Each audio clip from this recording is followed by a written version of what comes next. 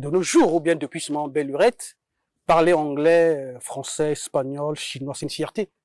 Que de parler le lingala, le kituba, le lari, les langues de son village.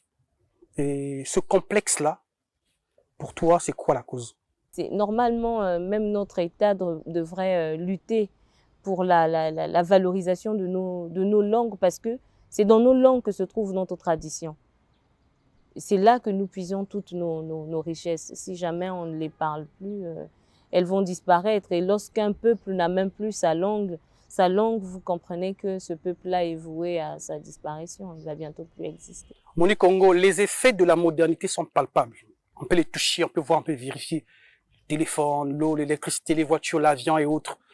Mais la tradition, de manière générale, et en particulier la tradition Congo, qu'est-ce qu'elle nous a apporté de concret, qu'on peut toucher, qu'on peut voir, c'est quoi?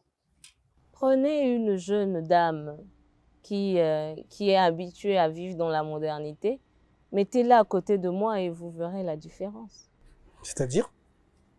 Ouais, c'est simple. On le suit à travers le monde, peut-être qu'un Camerounais, un Ivoirien peut aussi découvrir à travers le Monique Congo. Ben, prenez tout simplement, vous allez prendre une personne qui est habituée à la modernité puisque vous avez besoin d'avoir du concret. Oui, parce que comme je dis, hein, la modernité nous apporte la lumière, les voitures, les téléphones, la télévision. Et vous savez quand même comment on a pu construire, créer l'automobile. Vous savez s'il y a des Africains qui ont participé. D'ailleurs, le volant, le guidon. Celui qui a eu cette inspiration, vous savez comment il a eu cette inspiration? Non, tu peux nous enseigner. Voilà, c'est un marchand qui utilisait souvent, il avait un chariot avec son âne et à tout moment, il fallait qu'il dirige son âne. Quand il arrivait à un virage, il dirigeait son âne. Et dans l'automobile, il n'y avait pas encore ça. Et c'est quelqu'un qui a beaucoup pratiqué la tradition puisque c'est un commerçant qui utilisait l'âne. C'est celui-là qui a proposé le système de guidage à la voiture. Donc vous voyez que pour certaines personnes, l'ignorance peut dire que la tradition n'est pas palpable, mais elle est vraiment palpable.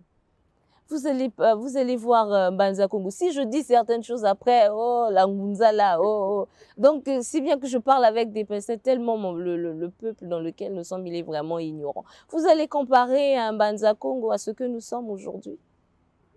Vous allez comparer la vie en Banza Congo à celle que nous avons aujourd'hui. Je suis étonnée pour que vous puissiez dire que la tradition, elle n'est pas palpable, elle est vraiment palpable.